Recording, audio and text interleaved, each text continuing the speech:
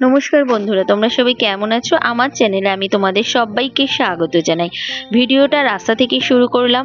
গাড়িতে করে যাচ্ছি, কোথায় যাচ্ছি, কি করব, কেন যাচ্ছি সবটাই এই ভিডিওতে শেয়ার করব। আজ হলো অক্ষয় তৃতীয়া।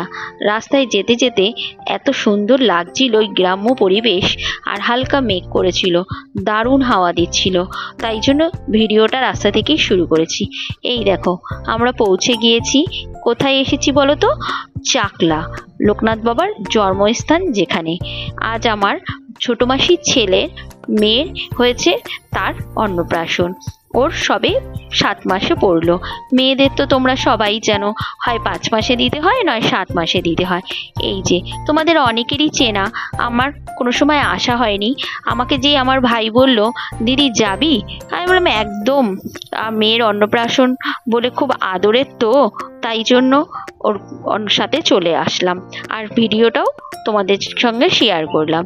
এত সুন্দর মন্দিরটা, তোমরা যারা যারা এসেছো তারা তো অবশ্যই চেনো, আর যারা আসোনি তারা আমার এই ভিডিওর মাধ্যমে দেখে নাও। একদিন অবশ্যই সময় করে আসবে, এখানে প্রতিদিনই খোলা থাকে, আর ভীষণ ভালো ব্যবস্থা, আর খুব সুন্দর জায়গা। দেখতে পাচ্ছ তোমরা মন্দিরটা এত সুন্দর। বাবা লোকনাথের যে কোনো মন্দিরই খুব সুন্দর। আমাদের তেঘুরিয়াতেও একটি লোকনাথ বাবার মন্দির আছে, সেটাও খুব সুন্দর। এই যে আমি মন্দিরের ভিতরটাতে চলে এসেছি। এখানে সব বাচ্চাদেরকে মায়েরা নিয়ে এসেছে, তাদের বাড়ির লোকেরাও সাথে রয়েছে। অন্নপ্রাশন হবে। প্রথমে অন্নপ্রাশনের জন্য টিকিট করতে হয়। ঠাকুর ভোগ হবে, তারপরে সেই ঠাকুর ভোগের প্রসাদ ওনারা দেবেন। সেই প্রসাদ নিয়ে ব্রাহ্মণ ধরে আপনি আপনার বাচ্চার অন্নপ্রাশন করতে পারবেন। সাথে অবশ্যই মামা এসেছে, কারণ মামা ছাড়া তো অন্নপ্রাশন হয় না। এখানে সব মায়েরা বসে তাদের বাচ্চাদেরকে সাজাচ্ছে। আপনারা তো সবাই জানেন এই 6 মাসের 7 মাসের বাচ্চাদের সাজানো কত মুশকিল। আর মন্দিরের পেছন দিকে রয়েছে দোকান।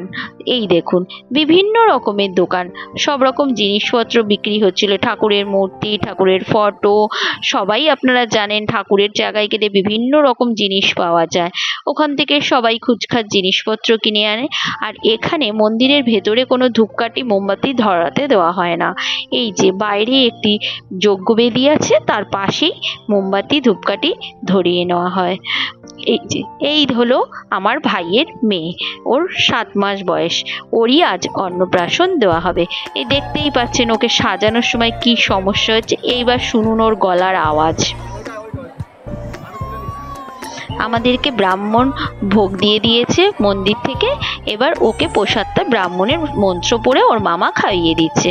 আর ও তার আগে অবধি কাঁদেনি, কিন্তু যেই মালা মোটুক পরানো হয়েছে, ওর কান্না কাকে বলে আপনারা নিশ্চয়ই আওয়াজ পাচ্ছেন। ব্রাহ্মণ ওকে সামান্য একটু প্রসাদ মুখে দিয়ে দিল, তারপর ওর মামার হাতে ওকে দিল। ব্রাহ্মণকে প্রণামী দিয়ে ওর কাজ সম্পূর্ণ হয়ে গেল। ওর আপনারা একটু আশীর্বাদ করবেন, ও যাতে ভালো থাকে আর বড় হয়ে খুব ভালো একটা মানুষ তৈরি হয়। ওই দেখুন, দেখতে পাচ্ছেন কেমন করে কেঁদে কেঁদে উঠছে। ও কিন্তু একদম কাঁদে না, সবার কাছে যায়, খুব শান্ত। কিন্তু এই সময় ওকে আর রাখা যাচ্ছিল না। দেখতে পাচ্ছেন কেমন কেমন করছে ও।